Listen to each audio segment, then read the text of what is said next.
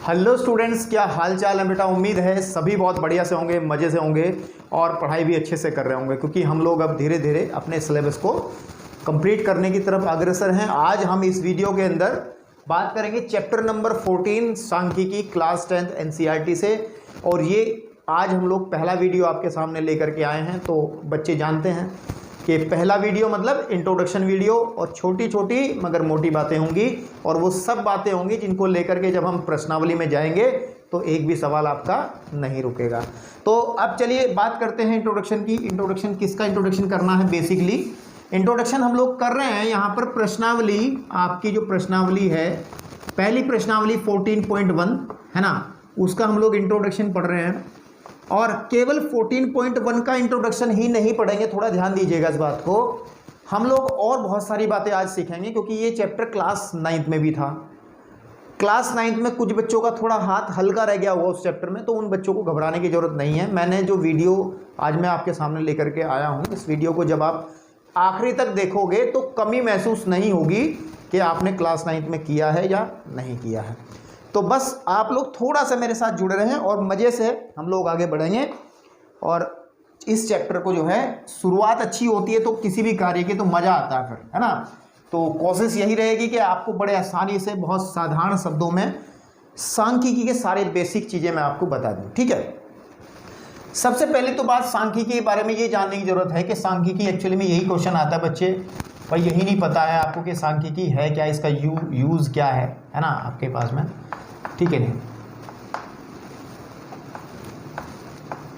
ठीक, स्टैटिक्स, ठीक, आपके पास यूज़ क्या है। तो यूज़ पता हो, क्योंकि वो चीज़ें बहुत आसानी से समझ में आती हैं जो आपकी दैनिक जीवन में, व्यवहारिक जीवन में जिनका उपयोग हम लोग करते हैं, तो वो चीज़ें आपको बहुत बढ़िया से समझ में आती हैं, इतना तो कन्फर्म है ही। तो मेरी यही कोशिश रहेगी कि आज कम से कम इस चैप्टर को शुरुआत में आपको इसको फील होने लगे आपको कि हाँ यार, ये कुछ ज़्यादा रॉकेट साइंस नहीं है, ये चीज़ हम लोग अपने दैनिक जीवन में बहुत ज़्यादा यूज़ करते हैं, ठीक है। तो आज यही कोशिश है कि इस चैप्टर का फील आना शुरू हो जाए, ताकि हम लोग जब बढ़ें आगे तो आपको अच्छा लगे। तो सांख्यिकी एक्चुअली है क्या आपके पास में? सांख्यिकी की अगर मैं थोड़ी सी बात करूँ, डेफिनेशन नहीं, ज़्यादा डिटेल से नहीं जाएंगे, थोड़ा इतनी मोटी मोटी बातें, ताकि आपको कनेक्शन बने कि सांख्यिकी क्या है। आंकड़ों का अगर हम लोग बात करें, आंकड़ों का, ठीक है नहीं, आंकड़ों का कलेक्शन, ठीक है, आपके पास में कलेक्शन तथा इंटरप्रिटेशन, ठीक है, ठीक है, इंटरप्रिटेशन, ये क्या है? हम लोग सांख्यिकी के अंदर आंकड़ों का कलेक्शन करते हैं और फिर उनका इंटरप्रिटेशन करते हैं। थोड़ा अंग्रेजी में हो गया तो समझाता हूँ। कलेक्शन का मतलब एकत्र करना होता है, अभी सारी बातें समझ में आएंगी आपको। और इंटरप्रिटेशन का मतलब होता है उसके बारे में बताना, जो हमने एकत्र किया है उसके बारे में, हम लोग आंकड़े एकत्र किए हैं और उनके बारे में बताना, बारे में, या फिर व्याख्या, ये कह सकते हैं व्याख्या, ठीक है, एक्सप्लेनेशन, या फिर इनके बारे में बताना, है ना, इनके बारे में डिस्कस करना, वो चीज़ें आप इंटरप्रिटेशन में लिखते हैं। तो आंकड़ों का कलेक्शन करना और उनका इंटरप्रिटेशन करना हम लोग सांख्यिकी के अंदर, यानी कि एकत्र करना फिर उनकी व्याख्या करना, हम सांख्यिकी के अंदर डिस्कस करते हैं। अब ऐसे समझ में नहीं आएगा, एक एग्जांपल से बात करते हैं।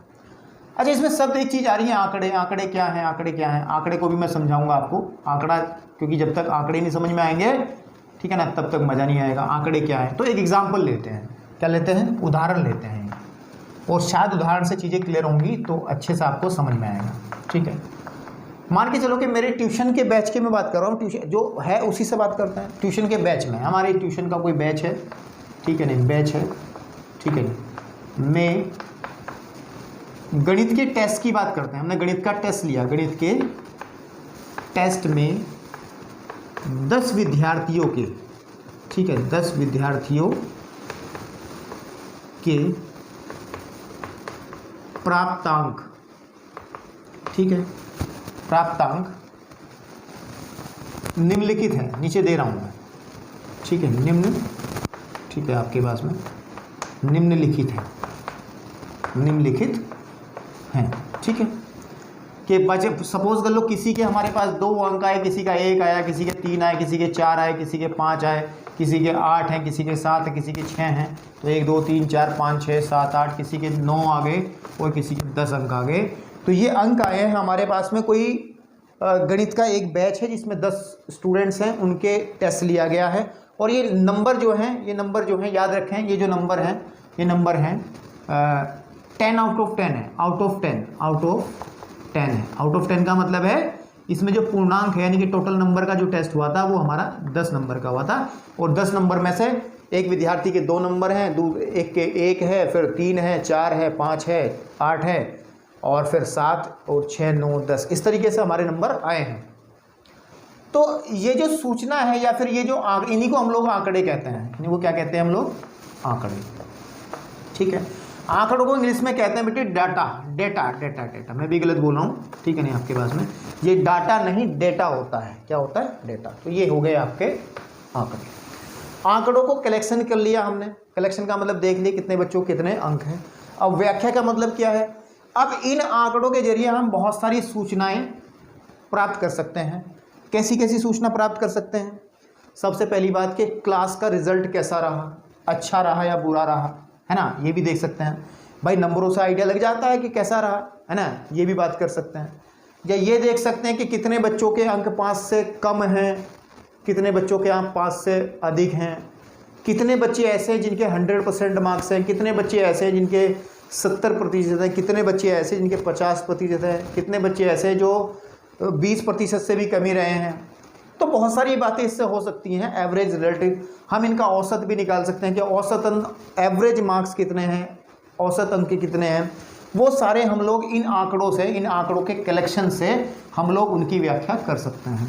तो और ये जो काम हम लोग करेंगे इसके अंदर बहुत सारी चीज़ें हम निकालें, जैसे इसका औसत निकालें यानी कि माध्य निकालें। ठीक है, माध्य निकालना, और माध्य निकालते हैं, और भी चीज़ें निकालते हैं जो आपने क्लास 9 में पढ़ी हैं, लेकिन मैं अभी लिख करके आपको डराना नहीं चाहता, धीरे धीरे बताऊंगा। तो माध्य तो शायद कक्षा 8 में भी पढ़ा है, इसको हम लोग औसत भी कहते हैं, एवरेज भी कहते हैं। तो ये सब चीज़ें जो है हम लोग डिस्कस कर लेते हैं। इसके साथ साथ चलो बताने में क्या है बता देते हैं। जैसे दूसरे नंबर पे हम लोग माध्यांक होता है, एक माध्यांक, और हम लोग कुछ लोग उसको माध्यिका भी कहते हैं। क्या कहते हैं? माध्यिका कहते हैं, है ना, और इंग्लिश में इसको मीडियन कहते हैं। ठीक है आपके पास में, और इसको इंग्लिश में मीन कहते हैं। जो माध्य है आपका उसको क्या कहते हैं? मीन। एक चीज़ और होती है तीसरे नंबर में, हम लोग बहुलक कहते हैं, जो हमने पढ़ा है, बहुलक कहते हैं, इसको अंग्रेजी में मोड कहते हैं। तो ये सब चीज़ें हम लोग इस डाटा से फाइंड आउट कर सकते हैं। इस डाटा से हम लोग इसके माध्यम से व्याख्या कर सकते हैं। ठीक है, अब भाई बात आती है हमारे पास में, अब बात आती है कि डाटा हमने समझ लिया है और स्टैटिक्स यानी कि सांख्यिकी क्या है उसके बारे में थोड़ी सी बात कर ली। अब एक बात और कुछ बच्चों को थोड़ा सा और मैं क्लियर कर दूं, ये जो आंकड़े हैं, आंकड़े यानी कि आंकड़ों को हम लोग अगर परिभाषित करें, आंकड़ा, ये थोड़ी चीज़ें क्लियर हो जाए तो बढ़िया है। आंकड़ा क्या होता है यानी डेटा क्या होता है, ठीक है आपके पास में। अगर इसकी भी परिभाषा के बारे में बात करें, ये होता क्या है, तो हम लोग इसकी एक जनरल सी परिभाषा लेकर के चलते हैं। और आप लोग कहीं लिख लेना, क्योंकि चीज़ें जब कहीं लिखी जाती हैं तो याद रहती हैं। मैं चाहता हूँ कि ऐसी बातें आपको याद रहें, ताकि एक बार कैमरा देख लूँ यार, थोड़ा कैमरा मेरे को आज डाउट में है थोड़ा सा। ठीक है, कैमरा ठीक चल रहा है, कैमरा कोई दिक्कत नहीं है, ओके। तो हाँ, तो इसकी एक परिभाषा थोड़ी सी आपको याद रखनी चाहिए कि क्या, कि किसी उद्देश्य लक्ष्य, है ना, किसी उद्देश्य, ठीक है, उद्देश्य के लिए, किसी उद्देश्य के लिए एकत्र किए गए, ठीक है नहीं, तथ्यों, ठीक है आपके पास में, तथ्यों या फिर अंकों, ठीक है ना, ठीक है नहीं, तथ्यों या फिर अंकों को आंकड़े कहते हैं, आंकड़े कहते हैं, डेटा कहते हैं। तो ये एक डेफिनेशन, ज़रूरत तो नहीं है कि आप इसे थोड़ा याद करें, लेकिन क्लियरिटी आ जाए थोड़ी सी, तो मैं चाहता हूँ, इसलिए थोड़ा सा इसको बताने की मुझे लगी ज़रूरत। तो इस एक बारी में जो मैंने बोर्ड भरा है उसमें आपको क्लियर हो जाना चाहिए कि सांख्यिकी क्या है। सांख्यिकी आंकड़ों को एकत्र करके उनकी व्याख्या। फॉर एग्जांपल बताया हमने कि जैसे एक बैच में मेरे पास में 10 विद्यार्थियों के टेस्ट हो के नंबर ये दे रखे, तो ये जो सूचना जो एकत्र की है मैंने, ये आंकड़े कहलाएंगे और इन आंकड़ों से हम लोग बहुत सारी व्याख्या कर सकते हैं। क्या क्या व्याख्या कर सकते हो बता दिया मैंने, ठीक है आपके पास में। और फिर आंकड़े क्या होते हैं कि किसी उद्देश्य के लिए एकत्र किए गए तथ्यों या फिर अंकों को हम लोग आंकड़ा कहते हैं। जैसे इस वाले में क्या किया हमने, इन अंकों को एकत्र किया किस उद्देश्य के लिए, ताकि हमें ये पता चले कि एवरेज, या तो हम देखेंगे इसका माध्य कितना रहेगा, या क्लास में कितने 5 से अधिक अंक प्राप्त करने वाले बच्चे हैं, कितने ऐसे बच्चे हैं 5 से कम प्राप्त कर रहे हैं, या फिर कितने ऐसे हैं जिनके अच्छे नंबर हैं 80, 90, 100%। तो वो एक उद्देश्य है हमारा, ठीक है। हम इस क्लास का रिजल्ट देखना चाहते हैं और उसी के लिए हमने ये जो सूचना है एकत्र की है, तो हम लोग इसको आंकड़े कहते हैं, ठीक है। समझ में आया भैया? तो आप लोगों को कोई चीज़ ढंग की लगे तो वीडियो को पॉज करें, नोट कर लें। अब एक एग्जाम्पल से और थोड़ा क्लियर करूंगा, मैं इसको रफ कर रहा हूँ। एक एग्जाम्पल और मुझे लेना है ताकि और क्लियरिटी आपके माइंड में बन जाए इस टॉपिक को लेकर के, और थोड़ा सा आप लोग जुड़ जाएं, है ना। थोड़ा सा ये जो चौक है नम है, जिसकी वजह से क्लियरिटी बोर्ड पे भी सही नहीं आ रही, चौक गीली है ना, इस वजह से कोई बात नहीं। अब मैं एक एग्जांपल लेता हूँ, सपोज कर लो वही एग्जांपल लेता हूँ आपके सामने जो अभी लेके चला था। मेरे पास में 2 बैच है, एक एग्जांपल ले रहा हूँ, ध्यान से सुनना, ठीक है। एग्जांपल है कि एक मेरे पास में बैच है ए, ठीक है, और दूसरा बैच में ले रहा हूँ यहाँ पे बैच, ठीक है, बी। इसमें भी मेरे पास में 10 स्टूडेंट है, ठीक है, 10 स्टूडेंट है।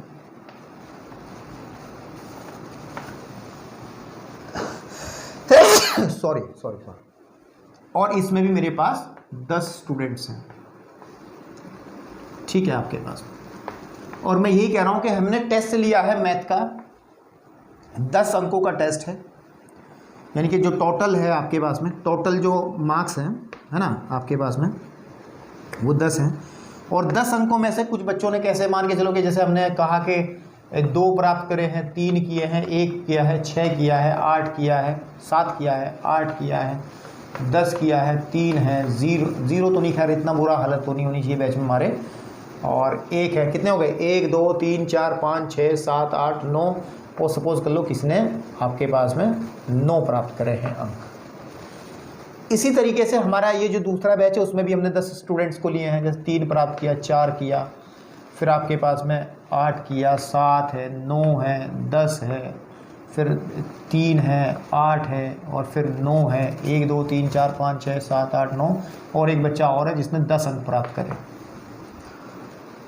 तो हमें अब ये चर्चा करनी है, हमने सूचना इकट्ठी कर ली है, आंकड़े ले लिए हैं।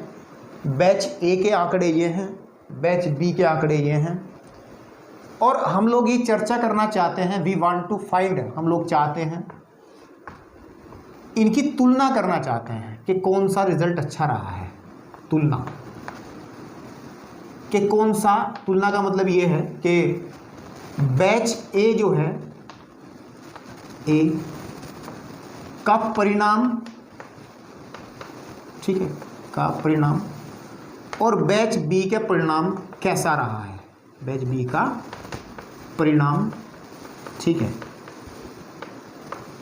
कैसा है। कैसा मतलब कौन अच्छा है कौन बुरा है, ये हमें डिस्कस करना है। तो इसको क्लियर करने के लिए हम लोग क्या करेंगे, हम लोग कैसे पता करेंगे भाई? देखने से तो खैर ऐसा अमूमन बता ही सकते हैं। देखो देखने से भी लगता है कि भाई इसमें अच्छे अंक आए हैं और इसमें थोड़े से एवरेज है, लेकिन तुलनात्मक रूप से अगर अंतर, ऐसा अंतर आ जाए कि आप देख ही ना पाए कि कौन सा अच्छा कौन सा बुरा है, तो कैसे आप लोग करेंगे? फिर आप एक माप निकालेंगे। एक क्या निकालेंगे? एक माप। और माप का मतलब जैसे कि हम माप में से हम लोग माध्य निकाल लेंगे, और माध्य को आप लोग औसत भी कह सकते हैं। क्या कह सकते हैं? औसत, जो कि क्लास 8 में भी आपने निकाला है। अंग्रेजी में इसको मीन कहते हैं। क्या कहते हैं? मीन, ठीक है। हम लोग इसका औसत निकालेंगे, यानी कि माध्य निकालेंगे, ठीक है, जो भी माध्य आएगा, और फिर इसका माध्य निकालेंगे हम लोग, ठीक है, आपके पास में। और जो भी माध्य आएगा आपके पास में, सपोज कर लो कि इसका हमारे पास कोई भी माध्य आया, x आया, इसका माध्य हमारे पास में y आया, तो हम देखेंगे x बड़ा है या y बड़ा है। अगर हमारे पास, स्पष्ट सी बात है कि अगर हमारे पास y ज़्यादा है x कम है, तो हम कहेंगे कि बी का परिणाम अच्छा है।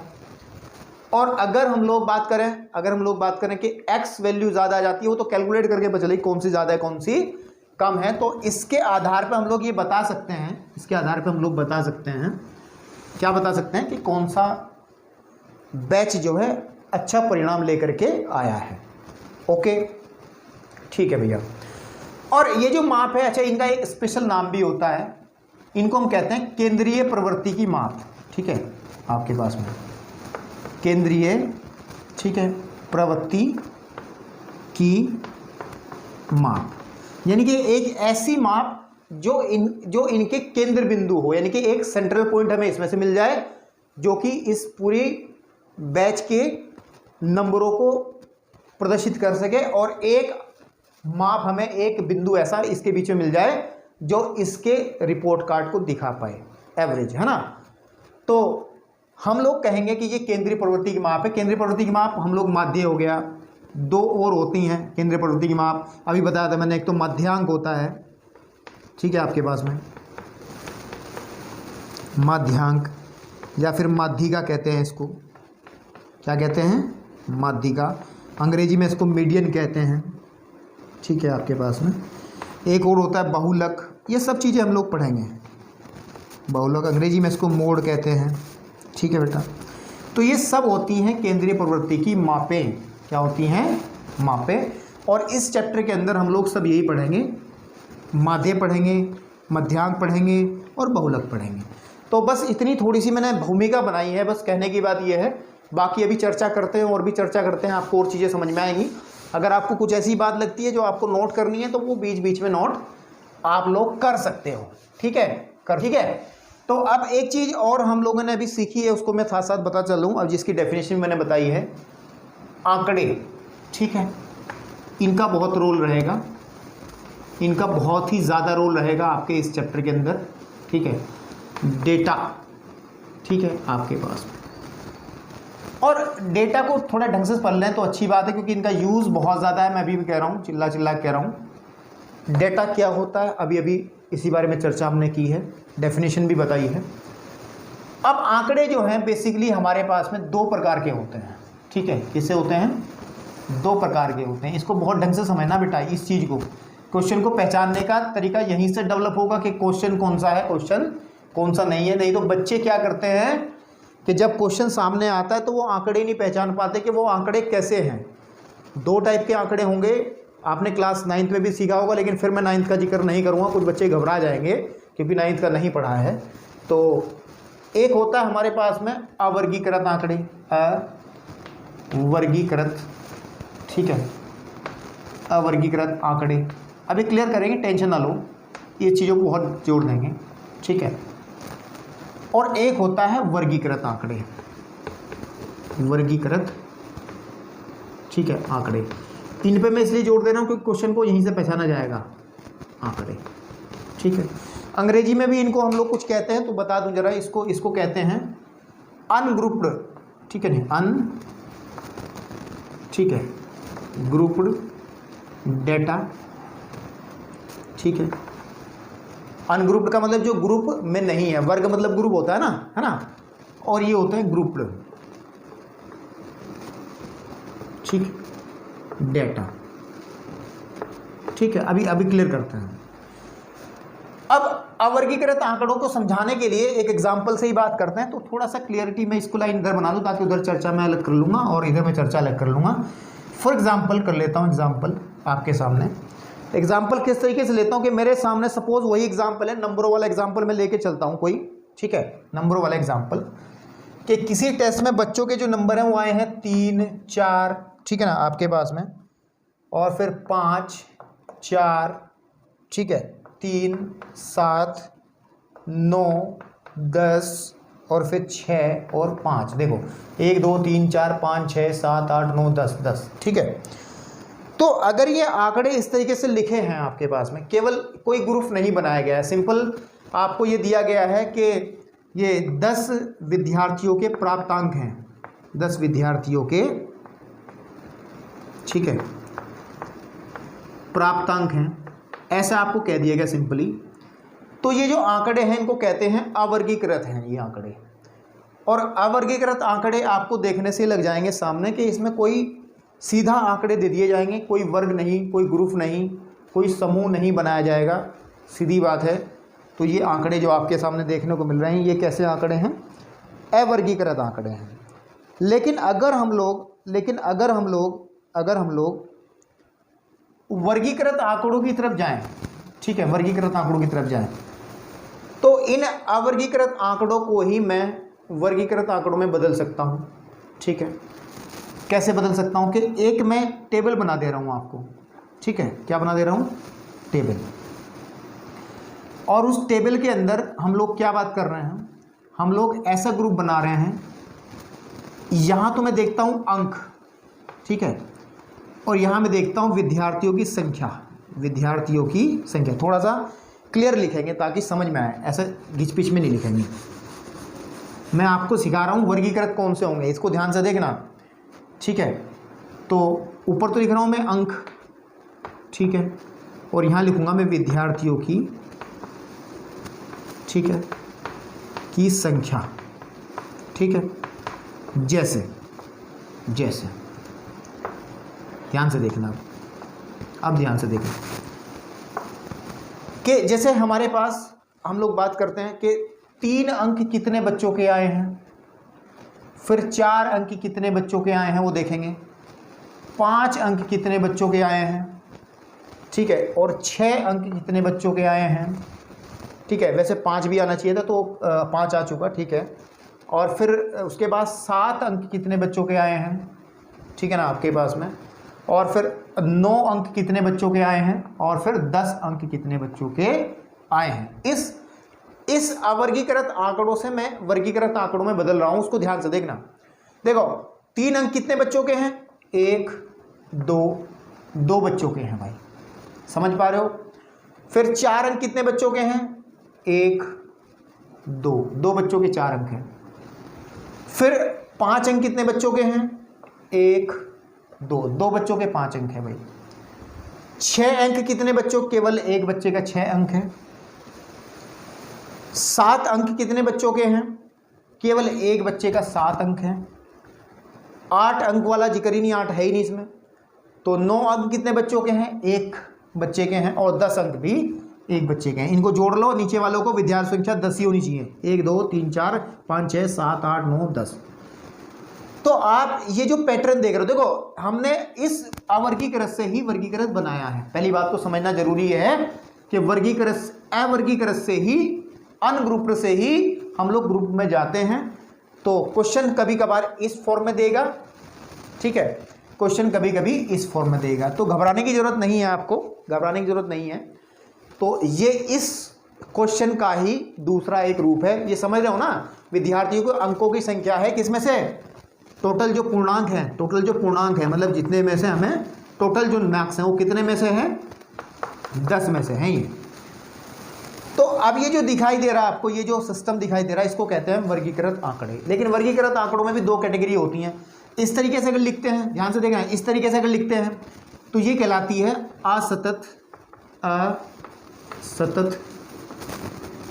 आवृत्ति, असतत आवृत्ति, ठीक है। असतत आवृत्ति को अंग्रेजी में कह सकते हैं डिस्क्रीट, ठीक है, आपके पास में डिस्क्रीट फ्रीक्वेंसी, ठीक है, डिस्क्रीट फ्रीक्वेंसी। ज़्यादा ध्यान देने वाली बात नहीं, आप लोग ऐसा तो ध्यान लें कि डिस्क्रीट फ्रीक्वेंसी, ये अगर इस तरीके से लिखा है तो उसको हम लोग असतत आवृत्ति कहते हैं, ठीक है, असतत। और चीज़ें समझ में आएंगी अभी। लेकिन एक होता है सतत, एक रूप और है, इसका दूसरा रूप भी आएगा, सतत आवृत्ति। वो क्या है? यानी इंग्लिश में कहते हैं कॉन्टिन्यूअस फ्रीक्वेंसी, ठीक है, आपके पास डेटा, असतत आवृत्ति आंकड़े, ऐसा पूरा कर सकते हैं, आंकड़े, ठीक है। इसको भी आप लोग सतत आवृत्ति आंकड़े लिख सकते हैं, आंकड़े। तो यहाँ पे एक वर्ड और आ जाएगा डेटा, है ना, डेटा, ठीक है। तो यहाँ पे भी एक वर्ड और आ जाएगा डेटा, ठीक, ओके। इसमें क्या है, इसमें क्या होता है, ये तो समझ में आया आपको कि हमने इससे डायरेक्ट बना लिया। इसमें हम लोग क्या करते हैं, इसमें थोड़ा ध्यान से समझिएगा, इसमें हम लोग क्या करते हैं, ठीक, इसमें हम लोग एक वर्ग अंतराल लेते हैं, यानी कि छोटे छोटे टुकड़ों की बात करते हैं। छोटे टुकड़ों का मतलब, कैसे टुकड़ों का मतलब कह रहा हूं मैं कि हम लोग इस तरीके से डिफाइन करते हैं। थोड़ा मैं स्पेस इधर से ले लूँ, कोई दिक्कत नहीं है, क्योंकि इधर वाला काम इतना ही था, तो मैं ये वाली स्पेस इधर यूज़ कर लूँगा, है ना। कि यहाँ पे हम लोग पहले जो चीज़ है उसको कहते हैं वर्ग अंतराल। क्या कहते हैं? वर्ग अंतराल, यानी कि छोटे छोटे टुकड़ों में बात करते हैं। कैसे बात करते हैं मैं बताता हूँ अभी, ठीक है। जैसे मैंने कहा कि 0 से 2 के बीच, 0 से 2 कितने बच्चों के अंक हैं, वो हम लोग इससे देखेंगे, टेबल से जो दी गई है। फिर हम लोग बात करेंगे ये 2 से 4 के बीच में जितने बच्चे होंगे उनकी संख्या यहाँ आ जाएगी। 4 से 6 के बीच जो अंक आएंगे वो बेटा इनकी संख्या यहाँ आ जाएगी। 6 से 8 के बीच जो अंक जिनके होंगे वो उनकी संख्या यहाँ आएगी। और 8 से 10 के बीच जितनी की संख्या होगी वो उनकी संख्या यहाँ आ जाएगी आपके पास में। तो ये तो वर्ग अंतराल है आपके पास में, अंकों का वर्ग अंतराल। किसका? इसको लिख सकते हैं, अंकों का, जो प्राप्त अंक है ना, अंकों का वर्ग अंतराल, ठीक है नहीं, क्लास इंटरवल, ठीक है नहीं, इसको कहते हैं क्लास इंटरवल अंग्रेजी में कहते हैं क्लास इंटरवल, ठीक है आपके पास में इंटरवल। ओके, तो अब हम लोग देखते हैं कि 0 से 2 ऐसे बच्चे जिनके 0 से लेके 2 के बीच में नंबर आए हैं, ठीक है, कितने हैं? तो 0 से 2 वाले हैं। चल तो रही बात यहीं से, क्या है 0 से 2 वाला कोई नहीं है, तो 0 है, ठीक है। आपके माइंड में एक बात आ रही होगी कि सर जी 2 अंक वाला यहां भी काउंट हो रहा है और 2 अंक वाला यहां भी काउंट हो रहा है, आ रही होगी दिमाग में बात। तो सर ऐसे कैसे करना, तो रिपीट हो जाएंगी। तो एक बात बहुत ध्यान रखना है, क्लास इंटरवल के अंदर जो लिखा जाता है, जैसे 0 से 2 लिखा है, तो याद रखना इसको हम लोग कहते हैं निम्न सीमा। क्या कहते हैं? निम्न सीमा, ठीक है। और इस वाले को कहते हैं हम लोग, इस वाले को कहते हैं हम उच्च सीमा। क्या कहते हैं? उच्च सीमा। इंग्लिश में कह सकते हैं इसको लोअर लिमिट। क्या कहते हैं? लोअर लिमिट, ठीक है। और इसको कहते हैं अपर लिमिट। क्या लिमिट? अपर लिमिट, ठीक है। जैसे कि इस वाले अंतराल के अंदर जो निम्न सीमा है 0 है, उच्च सीमा 2 है। इस वाले में निम्न सीमा 2 है, उच्च सीमा 4 है। इस वाले में निम्न सीमा 4 है, उच्च सीमा 6 है। अंग्रेजी में भी ध्यान रखें कि लोअर लिमिट 4 है और अपर लिमिट 6 है। लोअर लिमिट 6 है, अपर लिमिट 8 है। लोअर लिमिट 8 है, अपर लिमिट 10 है, ठीक है। ओके, तो अब क्या देख रहे हैं हम लोग, कि आपकी एक क्वेश्चन आया था दिमाग में अभी हमारे कि 2 यहां पे भी है, 2 यहां पे भी है, 4 यहां है, 4 यहां है, यानी कि जिन बच्चों के अंक 4 हैं वो यहां भी काउंट होगा और वो यहां भी काउंट होगा। नहीं, ऐसा नहीं होगा। उसके लिए ध्यान रखना है कि जब भी हम इस तरीके के आंकड़े लिखते हैं तो हम लोग निम्न सीमा को ही काउंट करते हैं, उच्च सीमा वाला काउंट नहीं होता। यानी कहने की बात है कि हम लोग इसके अंदर ये 0 से 2 है। क्या है ये? ध्यान से देखें, ये 0 से 2 है। ये इंटरवल क्या है? 0 से 2 है।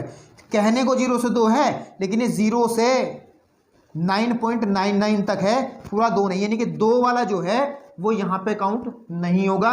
यानी कि हम लोग अपर सीमा को, उच्च सीमा को काउंट नहीं करते। यानी कि इसको नहीं काउंट करेंगे, इसमें इसको काउंट करेंगे, लेकिन इसको काउंट नहीं करेंगे। समझ आ रही बात? इसके अंदर 4 को काउंट करेंगे, 6 को काउंट नहीं करेंगे। हम लोग 6 को काउंट करेंगे लेकिन आउट को काउंट नहीं करेंगे।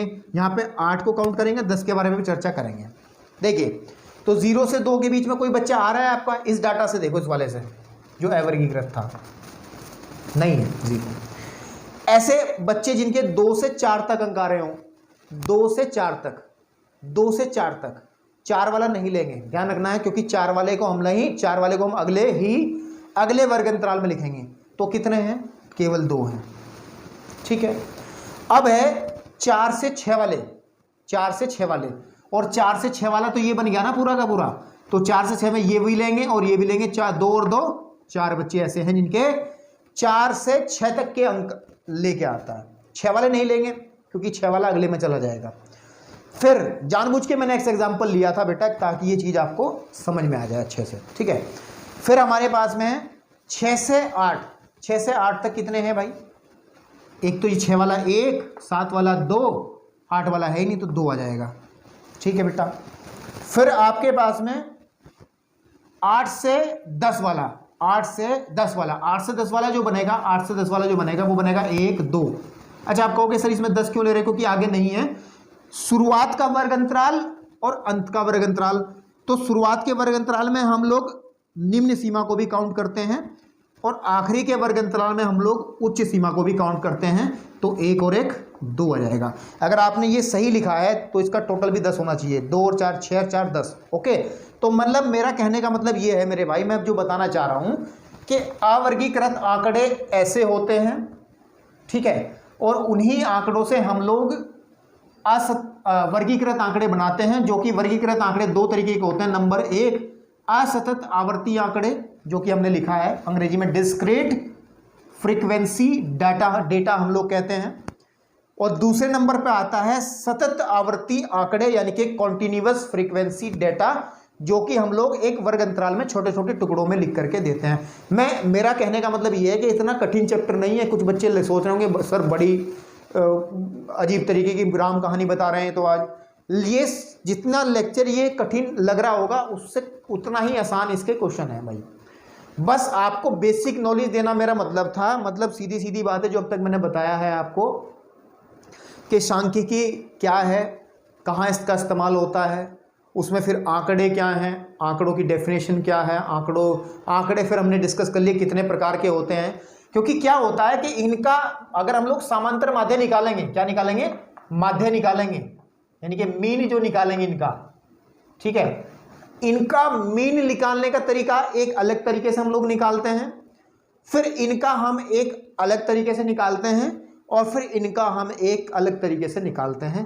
मतलब तरीके सब एक दूसरे से कनेक्टेड है, भी बताऊंगा कैसे कनेक्टेड हैं।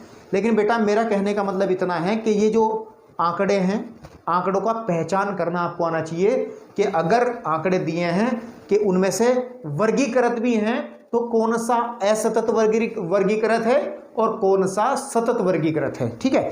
तो इसी क्रम में हम लोग थोड़ा और आगे बढ़ते हैं और अब आज देखेंगे हम लोग, ठीक है, आज हम लोग देखेंगे कि समांतर माध्य जो माध्य है वो कैसे निकालते हैं। जरा इसको मैं रफ कर रहा हूँ, अगर कोई चीज़ आपको नोट करनी है, अच्छी ठीक ठाक चीज़ें हैं जिनको नोट करना चाहो कर सकते हैं आप लोग, ठीक है।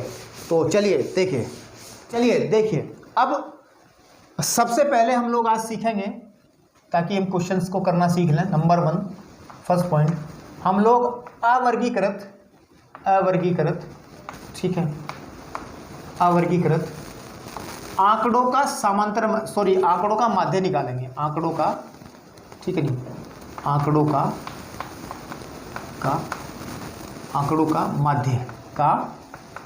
माध्य, ठीक है।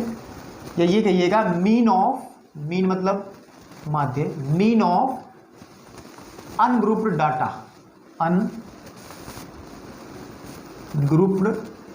डाटा, ठीक है। डाटा बोलता हूं मैं भी कई बार, तो वो गलत है, डेटा बोलना चाहिए। क्या बोलना चाहिए? डेटा, ठीक है। तो फॉर एग्जाम्पल से बात करते हैं ताकि चीज़ें समझ में आए आपको, ठीक है। आपके पास में एक एग्जाम्पल उठाते हैं। सपोज कर लो आपको कुछ संख्याएं दी गई हैं एग्जाम्पल में, फॉर एग्जाम्पल कि 5,2 है ना, आपके पास में 5,2, ठीक, आपके पास में, एंड 3 5, ठीक है, एंड 3 4 एंड 6, ठीक है भाई। कहा गया है का माध्य ज्ञात करो, इनके मीन ज्ञात करो। तो बेसिक सी बात मैं आपको बताऊं, कक्षा 8 के अंदर सांख्यिकी का ही चैप्टर था और इस माध्य को हम लोग वहाँ समांतर माध्य के नाम से जानते थे, तो वो निकालते थे। इसका जनरल सा सीधा फॉर्मूला है, समांतर माध्य जो है, ठीक है, माध्य जो है, इसका फॉर्मूला होता है कि पदों का योग बटे पदों की संख्या, पदों की संख्या, यानी कि जो आपके पास में माध्य निकल के आएगा, ठीक है, माध्य निकल के आएगा, दैट इज इक्वल टू कि 5 + 2 + 3 + 5 + 3 + 4 + 6। ये आंकड़े कैसे हैं? अवर्गीकृत हैं, ध्यान देना। अपॉन कितने पद हैं? 1 2 3 4 5 6 7, 7 से इसको डिवाइड कर देंगे। फाइनली जो भी आएगा ये कैलकुलेशन आप लोग कर लेना, ठीक है। जो भी आंसर आएगा वो इसका माध्य आएगा। माध्य को हम लोग x बार से लिखते हैं। कैसे लिखते हैं? x बार से। और अगर व्यापक रूप से एक सूत्र बनाया जाए कि हम थोड़ा सा जनरलाइज कर लें, एक फॉर्मूला बना लें। कैसे? कि जैसे तो एग्जाम्पल था, संख्याओं में दिया था, तो मैं एग्जाम्पल ले रहा हूँ इस तरीके से, मतलब बना रहा हूँ फॉर्मूला कि सपोज कर लो मेरे पास में x1, x2, x3, ऐसे ही करते करते xn तक पद हैं का मेरे को क्या निकालना है? समांतर माध्य निकालना है। क्या निकालना है? समांतर माध्य कहिए, खाली माध्य कहिए, नो प्रॉब्लम, या औसत भी कह सकते हैं। माध्य मेरे को ज्ञात करना है और माध्य को हम लिखेंगे x बार ज्ञात करो। ये नोटेशन बतानी है बस मेरे को कि x बार जो होता है वो क्या होगा? ऊपर वाले फॉर्मूले से कि पदों का योग मतलब कि x1 + x2 + x3, ठीक है, कहाँ तक? xn तक, बटे पदों का योग बटे पदों की संख्या। कितने पद हैं ये टोटल? कितने पद हैं ये? 1 2 3, आगे डॉट डॉट बहुत सारे आएंगे। कहाँ तक है? n तक है। तो इसका मतलब कितने पद होंगे? n होंगे। कुछ बच्चे ऐसे हैं कि कह रहे हैं सर 4 पद है। नहीं भाई, 3 4 5 6 7, ये कहाँ तक चलेगा? n तक चलेगा। तो ये एक x बार निकालने का अवर्गीकृत आंकड़ों का, ठीक है, आंकड़ों को का समांतर माध्य निकालना पड़े तो इस सूत्र से निकालेंगे, ठीक है। और इसको या फिर एक शॉर्ट फॉर्म में भी लिखा जा सकता है कि x बार बराबर होगा x, यहां छोटा सा i लिखेंगे, बटे n, और यहां लगा देंगे समेशन। ये होता है समेशन, सिग्मा भी बोलते हैं कुछ लोग, और उसको समेशन भी बोलते हैं, ठीक है। समेशन का मतलब होता है योग, जोड़ना, प्लस करना, ठीक है। तो ऊपर वाले फॉर्मूले को थोड़ा बात, इसको ध्यान देना थोड़ा सा, इसी पे थोड़ा जोर दे रहा हूँ, दोबारा से बताता हूँ कि जो समांतर माध्य है इसको हम लोग दूसरी फॉर्म में लिख सकते हैं, समेशन किसका? xi का बटे n। मतलब हम लोग xi को जोड़ देंगे। i का मतलब क्या है? बता दें, i का मतलब क्या है? ठीक है, आपके पास में n यहाँ रख लो, लिखने की थोड़ी सी दिक्कत हो रही है इस जगह की, कि सिग्मा xi बटे n। अब i कितना है? ये i क्या है? i हमारे पास में है 1 से लेके कहाँ तक चला? 1 से लेके कहाँ तक चला? n तक चला। तो हम इस फॉर्मूले को शॉर्टकट में लिख सकते हैं। मतलब क्या है? मैं खोल के दिखाता हूँ। जगह i का मान अगर मैं 1 रखूँगा तो x1 बनेगा, i का मान फिर 2 रखो तो x2 बनेगा, i का मान 3 रखेंगे तो x3 बनेगा, i का मान 4 रखेंगे x4 बनेगा। ऐसे रखते रखते जब i का मान मैं n रखूँगा तो xn लिखेंगे, बटे आपका n है ही है। और समेशन का मतलब होता है, इस सिग्मा का मतलब या समेशन का मतलब योग, इनके बीच में प्लस का चिन्ह लगा देंगे मेरे भाई। तो ये फॉर्मूला यही तो है मेरे भाई। तो इसका मतलब इस शॉर्ट फॉर्म को भी याद रखें। अब बड़े हो गए आप, बिल्कुल लड्डू नहीं खाने हैं, थोड़े से दिखाने भी हैं कि चीज़ें हम लोग कैसे सीख ली हैं हम लोगों ने, और कैसी बढ़िया बढ़िया बातें हम लोग करने लगे हैं, ये चीज़ भी दिखाना है। तो यानी कि अवर्गीकृत आंकड़ों का माध्य जब निकालते हैं तो you can use this formula, ये वाला और ये वाला, ठीक है। दोनों फॉर्मूले मुझे लगता है ये वाला फॉर्मूला तो पहले से पता होगा, और ये वाला शायद क्लास 9th में अगर कराओ तो वहाँ पता चल गया होगा। नहीं पता चला तो आज इस चीज़ को समझ ले, सिग्मा का मतलब क्या होगा, और भी चीज़ें बताता हूँ, ठीक है। अभी सिर्फ मैंने बात की है आपके सामने वर्गीकृत आंकड़ों के बारे में, ठीक है, सॉरी अवर्गीकृत, यानी कि मीन ऑफ अनग्रुप्ड डेटा।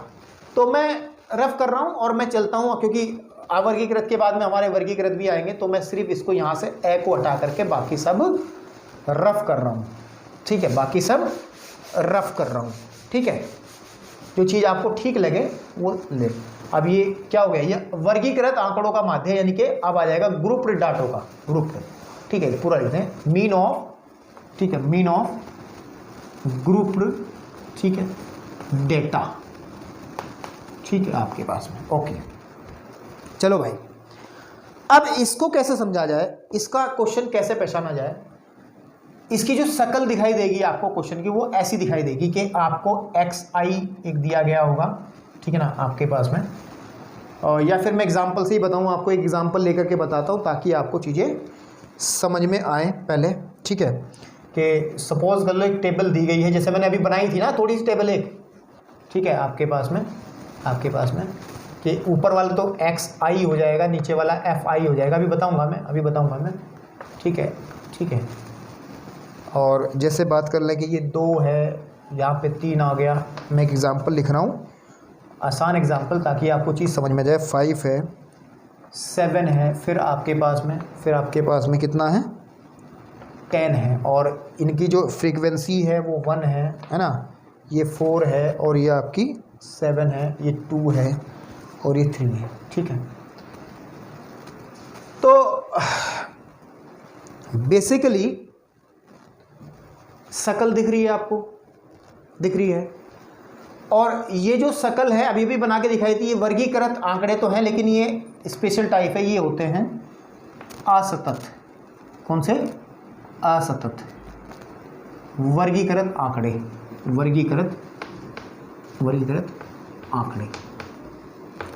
ठीक है आपके पास में, यानी कि डिस्क्रीट, ठीक है नहीं,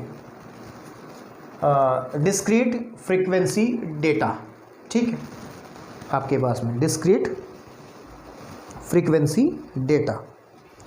अब अगर हम लोग ठीक है इसका समांतर माध्य निकालते हैं तो कैसा निकालेंगे इसके अंदर। देखिए आपको चीज़ें समझ में आ रही हैं, हम लोग यही तो है वो, अगर टेस्ट वाला एग्जांपल है कि 2 बच्चे, देखो 2 अंक जो है वो 1 बच्चे के हैं, 3 अंक जो है 4 बच्चों के हैं, 5 अंक जो है वो 7 बच्चों के हैं, तो ये इसी तरीके से है। तो इसमें जब हम इसका समांतर माध्य इसका जो माध्य निकालते हैं, समांतर माध्य भी कह रहा हूँ, कोई दिक्कत नहीं है, तो हम लोग क्या करते हैं, हम लोग देखिए इसका जो समांतर माध्य निकलेगा, यानी कि जो माध्य निकलेगा, जो मीन निकलेगा वो निकलेगा, हम लोग इनकी मल्टीप्लाई करते हैं। देखो कि 2 × 1 plus 3 × 4 plus 5 × 7 plus 7 × 2 plus 10 × 3 upon इनका सबका योग कि 1 + 4 + 7 + 2 + 3। समझ पा रहे हो?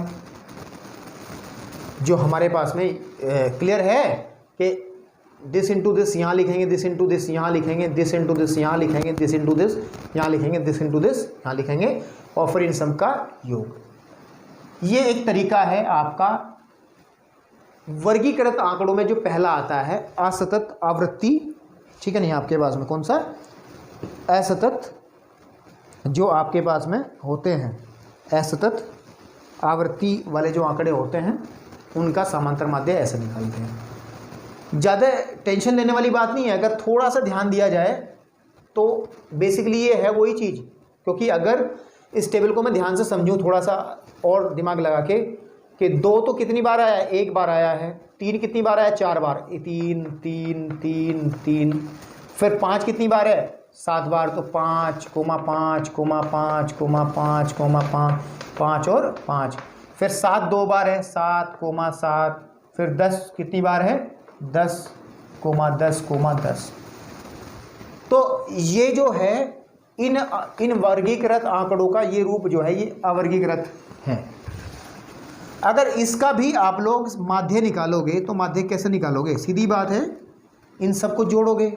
जोड़ने का तरीका वही है, तो 2 1 बार है तो 2 × 2, 3 कितनी बार है, 4 बार है, तो प्लस करके 3 × 4, ऐसे तो योग करोगे या क्या करोगे कि 2 + 3 + 3 + 3 पदों का योग, ऐसे तो करते हो, +5 + 5 + 5 + 5 + 5, 1 2 3 4 5, +5 + 5 7 + के 7 + 7 + 10 + 10 है ना, बटे कितना आ जाएगा, बटे कितनी संख्या है, 1 2 3 4 5 6 7 8 9 10 11 12 13 14 15 16 17, तो आ जाएगा हमारे पास में 17।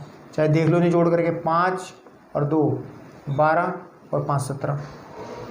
बात वही है ना, अगर इनको देखा जाए, ये 1 है 2 1 है तो 2 × 2 लिखा, मतलब मेरा समझाने का तरीका सिर्फ इतना है कि आपको जो हमारा अवर्गीकृत वाला पोर्शन है और वर्गीकृत वाला पोर्शन है वो एक दूसरे से रिलेट है। मेरा कहने का मतलब ये है एक दूसरे से जुड़े हुए हैं, तो इनका जो तरीका है निकालने का, वो ये है। अच्छा चलिए एक फॉर्मूला बनाते हैं। अब बनाते हैं सूत्र।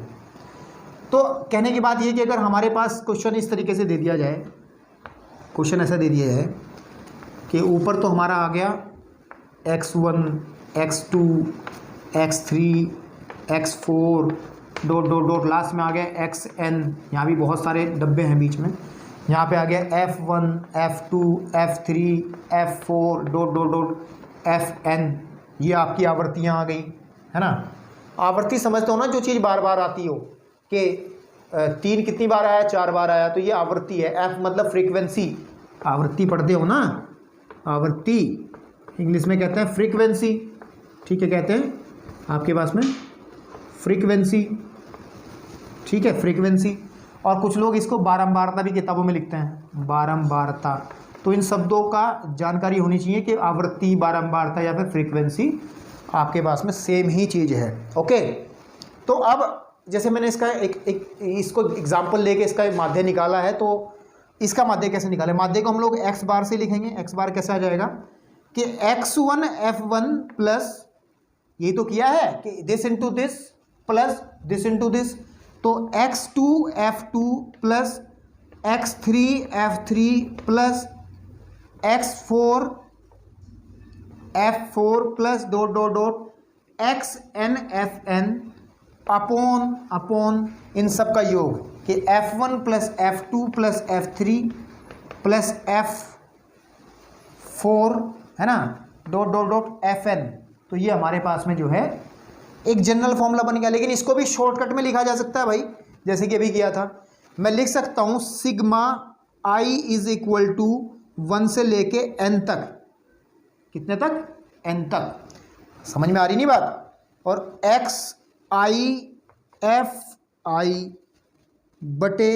बटे sigma f i is equal to 1 से लेके n तक। तो ये फॉर्मूला बन गया, नहीं बन गया भाई? इतना बड़ा फॉर्मूले को हमने संकुचित मात्रा में ऐसे बना लिया कि i का मान 1 भरेंगे तो x1 f1, देखो x1 f1, समेशन का मतलब प्लस है तो 2 भरेंगे, x2 f2, 3 भरेंगे, x3 f3, नीचे भी वही है, नीचे भी वही है। तो इस फॉर्मूले को भी आप याद कर लें। इस फॉर्मूले की मदद से हम लोग वर्गीकृत आंकड़ों में अगर असतत वर्गीकरण दे रखा है, असतत रूप से असतत आवृत्ति वाले हैं, ठीक है, असतत वर्गीकरण नहीं, असतत आवृत्ति वाले हैं, असतत, ठीक है, आवृत्ति वाले हैं, तो हम लोग ये फॉर्मूला यूज करेंगे। भाई अभी सिर्फ चीज़ें समझ लो, अब जब एग्जाम पर क्वेश्चंस करेंगे तब बहुत अच्छे से आपको चीज़ें और समझ में आएंगी, ठीक है। तो मैं इसको रफ कर रहा हूँ। नेक्स्ट इसका एक कैटेगरी और बची है वर्गीकृत में, वो है आपकी सतत वाली। कौन सी है? सतत वाली। तो उसको भी हम लोग अभी करते हैं फटाफट। अच्छा, अगर थोड़ा सा देखा जाए, थोड़ा सा और रिलेशन बनाया जाए, आप कहोगे सर बहुत डीपली जाने की कोशिश है, लेकिन नहीं, देखिए इस वाले में ये क्या है, x1 है, ठीक है, ये आपका x2 है ना, ठीक है ना, ये x1 है, x2 है, x3 है, x4 है, x5 है, नीचे ये f1 है, f2 है, f3 है, f4 है, f5 है। तो अगर इसे फॉर्मूले के रूप में हम लोग लिखें, चौक जरा उठा लूँ यार, मैं चौक आज बहुत खर्च हो गई, तो हम कैसे लिखेंगे इसको? x bar is equal to, इसको लिख रहा हूँ मैं कि क्या लिखेंगे, x1 प्लस, देखिए कैसे लिख रहे हैं हम लोग, कैसे लिख रहे हैं हम लोग, x1 f1 लिख रहे हैं ना भाई, 2 गुणे 1 मतलब x1 गुणे f1, तो x1 f1 plus x2 f2 plus x3 f3 है ना, यहाँ तक आगे, फिर plus x4 f4 plus x5 f5 बटे f1 plus f2 plus f3 plus f4 plus f5, समझ रहे हो? ये f1 plus f2 plus f, ये आपका आ गया। इसको संकुचित, अगर थोड़ा सा इसको जनरलाइज छोटा करके लिखें तो लिखेंगे sigma i is equal to 1 से कहाँ तक है, 5 तक। तो ये बात बतानी थी भाई मेरे को, जैसे यहाँ n को लेके कंफ्यूज हो रहे होंगे ना, i इज इक्वल टू 1 से लेके n तक, n कितना जाएगा, जितने पद हैं, तो i इज इक्वल टू 1 से लेके 5 तक, और X I F I upon sigma i is equal to 1 से लेके 5 तक एफ आई। तो बात समझ में आई भाई, बात समझ में आई? ठीक है, तो बढ़िया, चलो फटाफट आप बढ़ते हैं नेक्स्ट। इसकी जो अलग कैटेगरी है उसको समांतर माध्यम लोग कैसे निकालेंगे। ठीक है, चलिए चलिए। तो इसके अंदर हम लोगों ने एक असतत वाला पढ़ लिया। अब लोग हम पढ़ेंगे अगर हमारी सतत आवृत्ति आंकड़े हों, ठीक है, तो क्या होगी, यानी कि इसको इंग्लिश में कहते हैं हम लोग कॉन्टिन्यूअस, ठीक है,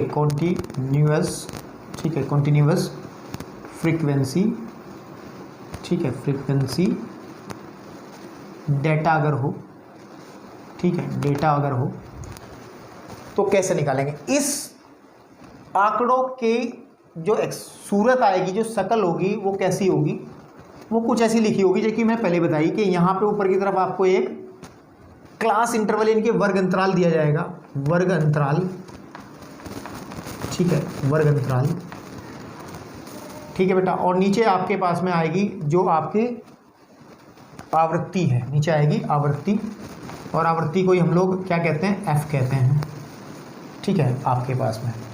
जैसे एक एग्जांपल उठा लेता हूँ मैं, एग्जांपल कहीं से ले लेता हूँ तो थोड़ा सा आसान रहेगा समझना। जैसे ये कहा है कि 0 से 2 है, और फिर 2 to 4 है, यही शायद पुराना ही है जो मैंने अभी लिया था, 4 to 6 है, ठीक है, आपके पास में, और 6 to 8 है, और भैया 8 to 10 है ना। और इसमें जो आवृत्ति है वो 2 है, 3 है, 4 है, 5 में है, और 6 है, ठीक। ओके, तो इस तरीके का अगर क्वेश्चन दिया है तो देखते ही पहचान लेना है आपको कि ये वर्गीकृत में है, लेकिन ये सतत आवृत्ति आंकड़े हैं, इस तरीके से। तो इसका समांतर माध्य या फिर इसका जो माध्य है वो x बार, ठीक है, वो कैसे फाइंड आउट हम लोग करेंगे, इसको देखना है भैया। सीधी बात इतनी है कि जो हमारे पास में ये जो सतत आवृत्ति वाले, इनको पहले हम लोग असतत में बदल लेंगे, यानी कि जो पहले वाले फॉर्म थी उसमें बदल लेंगे। और कैसे बदलेंगे, हम लोग पहले एक इसके बीच में एक बीच में मैं बता दे रहा हूँ आपको, यहाँ पे हम लोग एक निकालेंगे एक्स आई, और ये एक्स आई क्या है, मैं इसको कहेंगे मध्यांक भी कहेंगे, मध्यांक, कुछ लोग मध्यांक कहते हैं, अंग्रेजी में क्लास मार्क भी कहते हैं, या फिर वर्ग चिन्ह भी कहते हैं। क्या कहते हैं, वर्ग चिन्ह भी कहते हैं, ठीक है, और मध्यांक कह लो, या फिर मध्यमान कह दो, क्या कह लो, मध्यमान कह दो, ठीक है ना। आपके पास में 1 2 3 4 5, ठीक है, 2 3 4 5, 1 2 3 4 5, और यहाँ पे आवृत्ति आपकी जो कि तू रहेगी, ठीक है। इसका कोई स्पेशल फॉर्मूला नहीं होता। ये जो वर्ग चिन्ह है या मध्यांक है या फिर मध्यमान है, इसी को हम लोग x कहते हैं, और ये हमारा f आ गया। ये xi होता है, ये fi होता है। अब ये xi निकलता कैसे, ध्यान दो, ये बस ये समझ लो, जिस भी वर्ग अंतराल का xi निकालना है हम लोग उसकी निम्न सीमा, ठीक है मेरे भाई, और उच्च सीमा को जोड़ लेंगे और बटे 2 कर देंगे। बात समझ में आ रही है।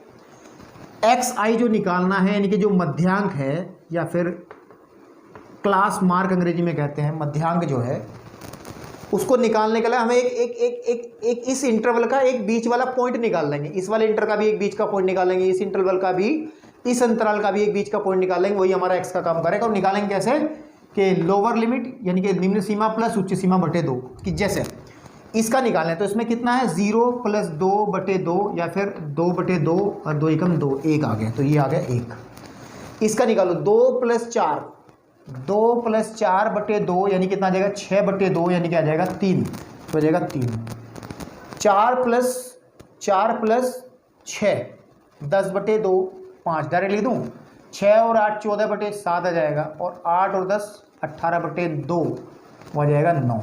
बाकी सब सेम रहेगा, 2 3 4 5 और 6। हो गया काम, हो गया काम। अब ये कैसा आ गया, ये कैसा आ गया, जो अभी किया था, जो हमने अभी किया था। क्या किया था अभी यही तो किया था कि ये x1 है, ये x2 है, ये x3 है, ये x4 है, ये x5 है मेरे भाई, और ये f1 है, ये f2 है, ये f3 है, ये f4 है, ये f5 है। तो हम लोग जब x बार निकालेंगे तो कैसा निकालेंगे भैया, निकालेंगे x1, शॉर्टकट वाला फॉर्मूला क्या होता है कि शॉर्टकट नहीं मतलब लिखने का तरीका वही, शॉर्टकट कुछ नहीं होता, कि x बार होता है sigma i is equal to 1 से लेके कितने पद हैं, 1 से लेके 5 तक हैं, 5 तक एक्स आई एफ आई बटे sigma i is equal to 1 से लेके 5 तक और एफ आई। ठीक है मेरे भाई, तो इसको जब खोलते हैं तो बात बन जाती है हमारी कितनी कि x1 f1 plus x2 f2 plus x3 f3 plus x4 f4 plus नीचे लिख रहे हैं x5 f5 बटे f1 plus f2 plus f3 plus f4 plus f5। तो ये वही हो गया ना जो पुराना भी काम किया है हमने, मतलब स्पेशल इसका कोई मेथड नहीं है। एक चीज़ सिर्फ क्या बड़ी, हम लोग क्या निकाल लेंगे, मध्यांक निकाल लेते हैं। ये जो आई है यानी कि हमारे पास में सतत, जो हमारा सतत, ठीक है ना, सतत आवर्ती आंकड़े थे उनको हम किस में बदल देते हैं, असतत में बदल देते हैं। और तरीका कौन सा लगाते हैं, असतत वाला ही लगाते हैं। ठीक है ना, इसको चेंज कर लेते हैं, चेंज इन असतत आवृत्ति, असतत आवर्ती आंकड़ों में हम लोग बदल देते हैं। ठीक है, ओके भाई, तरीका तो वही है जो भी बताया था मैंने, तो कर लो। जैसे कि 1 गुणे 2 प्लस 3 गुणे 3 प्लस 5 गुणे 4 प्लस 7 गुणे 5 प्लस 9 गुणे 6, ठीक है, बटे इन सब का योग 2 plus 3 plus 4 plus 5 plus 6, 2 plus 3 plus 5 plus 4 plus 6, 4 plus, ठीक है ना, 4 प्लस नहीं 2 प्लस 3 प्लस 4 प्लस 5 प्लस 6। तो इसको जो कैलकुलेट करके आएगा बेटा वही आपका आंसर आ जाएगा। यानी कि आपने अब क्या पढ़ लिया, अब आपने वर्गीकृत और अवर्गीकृत आंकड़ों के समांतर माध्य या फिर औसत निकालना आपने सीख लिया है। भाई थोड़ी सी मेहनत है, क्योंकि अगर मेहनत नहीं करोगे, चीज़ों को समझ के नहीं करोगे बेसिक चीज़ें, तो फिर फंस जाओगे कहीं ना कहीं जाके। तो इस लेक्चर को बहुत ढंग से आपको देखना है, जो लेक्चर दिया है। तेज लग रहा है तो थोड़ा सेटिंग में जाके स्लो करके देख लीजिएगा, अगर स्लो लग रहा है वो आपके हाथ में, तेज करना आप कर सकते हो। ठीक है, लेकिन सलाह इतनी है कि आप लोग छोड़ने का बिल्कुल प्रयास ना करें, क्योंकि वैसे क्वेश्चन बहुत आसान है, आप लोग डायरेक्ट क्वेश्चंस करके भी काम चला सकते हो। अब मैं थोड़ा सा एक एग्जांपल आपके सामने डिस्कस करना चाहता हूं, ताकि थोड़ा सा हम आपको क्लास किताब से भी थोड़ी सी बातचीत हो जाए। और जैसे एग्जांपल नंबर हमारे पास में, ठीक है, मैं रफ कर रहा हूं जरा, फिर एग्जांपल की बात करते हैं। चलिए, तो एक एग्जांपल थोड़ा देखते हैं एनसीईआरटी से, एग्जांपल नंबर 1। और आगे भी बहुत एग्जांपल है, इंट्रोडक्शन का वीडियो जो है अभी ख़त्म नहीं हुआ है, बाकी है, भी और बातें करेंगे। कहा है इन्होंने, आप लोग किताबों में भी देखें, स्क्रीन पे भी क्वेश्चन है कि किसी स्कूल के क्लास 10 के 30 विद्यार्थियों द्वारा गणित के एक पेपर में 100 अंकों में से प्राप्त अंक नीचे दिए गए सारणी में दिए गए हैं। इन विद्यार्थियों द्वारा प्राप्त अंकों का माध्य ज्ञात कीजिए।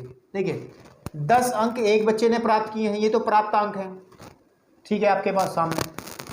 और नीचे हैं विद्यार्थियों की संख्या के कितने बच्चों ने 10 अंक प्राप्त किए, एक बच्चे ने 10 अंक प्राप्त किए, एक बच्चे ने 20 प्राप्त किए, 3 बच्चे ऐसे हैं जिन्होंने 36 अंक प्राप्त किए, 4 बच्चे ऐसे हैं, 4 विद्यार्थी ऐसे हैं जिन्होंने 40 अंक प्राप्त किए हैं, 3 विद्यार्थी ऐसे जिन्होंने 50 अंक प्राप्त किए हैं, और 2 विद्यार्थी ऐसे हैं जिन्होंने 56 हैं, 4 ऐसे हैं जिन्होंने 60, और 4 ऐसे जिन्होंने 70, 72 वाला 1 है, 80 वाला भी 1 है, 88 वाले 2 हैं, 92 वाले 3 हैं, और 95 वाला 1 है।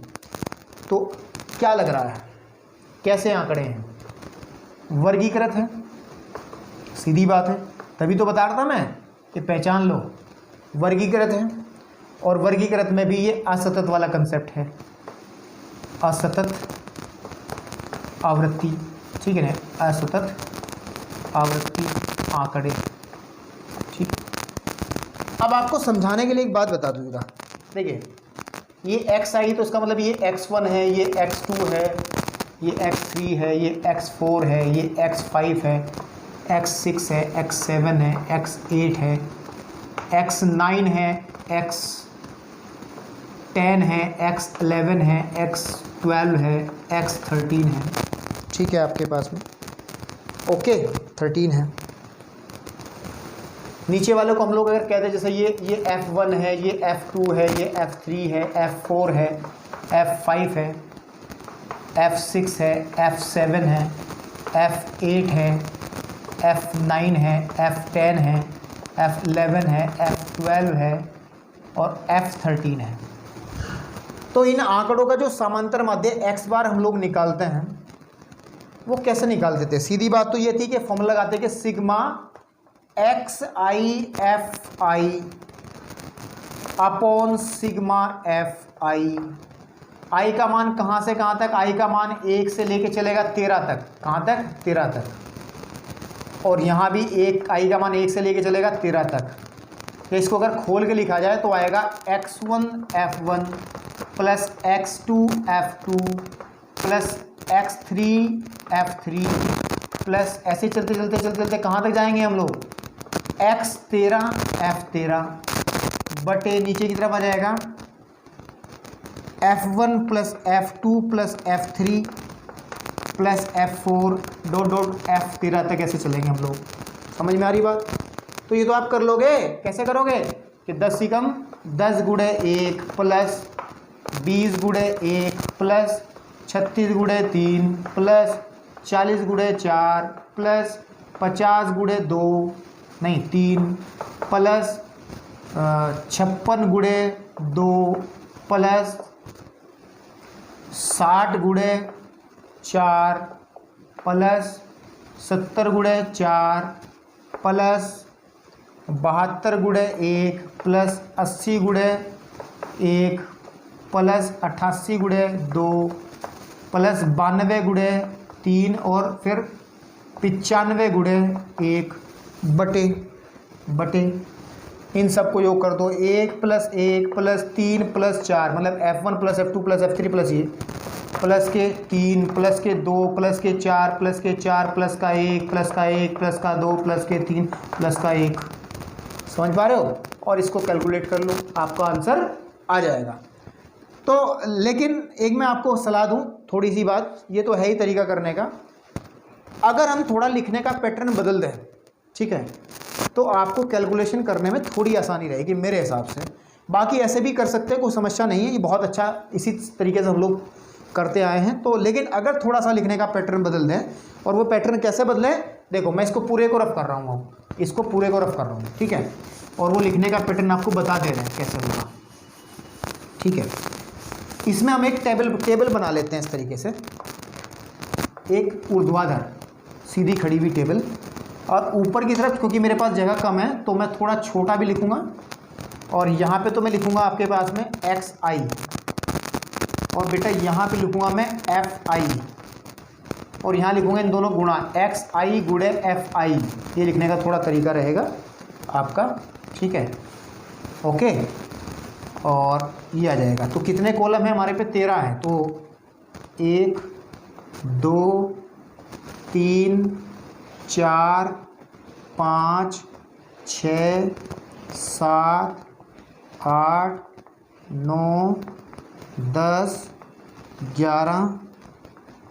ये तो बन ही नहीं रहा, इसमें थोड़ा सा एक कॉलम ऊपर ले लें यहाँ, ठीक है, यहाँ ले लें, तो ये आ जाएगा आपका, ये आ जाएगा ऊपर लिख लेंगे हम एक्स आई, और ये आ जाएगा एफ आई, और ये एक्स आई गुणे एफ आई, है ना। तो 1 2 3 4 5 6 7 8 9 10 11 12 और ये हो गया 13। लेकिन इसके नीचे भी हमें एक और चाहिए यहाँ पे, ठीक है, यहाँ पे भी हमें एक और चाहिए। चलो वो आ जाएगा इसमें, आप लोग देख सकते हैं।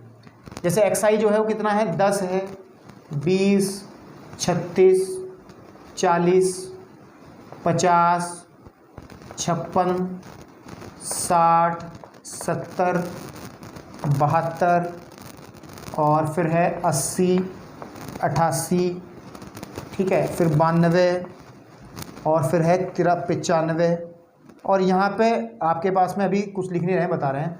f क्या है, 1 है, 1 है, 3 है, 4 है, 3 है, 2 है, 4 है, फिर 4 है, फिर 1 है, 1 है, फिर 2, 3 और फिर से 1 है। यानी कि मल्टीप्लाई 10 ही कम 10 यहाँ आ जाएगा और 10 दूनी 20 ही कम 20 भी यहाँ आ जाएगा। थोड़ा सिस्टम से लिए जोड़ने में आसानी। 36 दिया आपके पास, 3 छंग 18 का 8 हासिल को लगे आपके पास में, 3 3 और 1 10, 108 आ जाएगा। 4 चौक 16, 160 आ जाएगा। 50 या 150 ये आ जाएगा। और 56 दूनी 112 यहाँ आ जाएगा। और 60 चौक 240 यहाँ पे आ जाएगा। और 7 चौक 28, 280 यहाँ आ जाएगा। 72 ही कम 72 यहाँ आ जाएगा। 80 का कम 80 यहाँ आ जाएगा। 88 का डबल आपके पास में आ जाएगा। और 2 अठे 16 हासिल 1, 2 अठे 16 और 1 17, ठीक है आपके पास में यहाँ आ जाएगा। 92 तिया 3 दूनी 6 और 3 27 यहाँ आ जाएगा। और फिर 95 यहाँ पे आ जाएगा। ठीक है, समझ आ रही है बात। अब ये वाला कॉलम ना, ये वाला कॉलम तुम यहाँ समझिएगा, थोड़ा बड़ा दिखाई देगा ना। पहला हिस्सा खाली है और दूसरे हिस्से में क्या लिखेंगे, यहाँ लिखेंगे सिग्मा FI, यानी कि इन सब का योग। ये कितने हैं भैया, 1 2 3 4 5 6 7 8 9, नहीं 1 2 3 4 5 6 7 8 9 10 11 12 13 14 15 16 17 18 19 20 21 22 23 24 25 26 27 28 29 30। कितने हैं बेटा, ये हमारे हैं 30। तो सिग्मा FI आ गया 30, यानी कि इन सब का योग।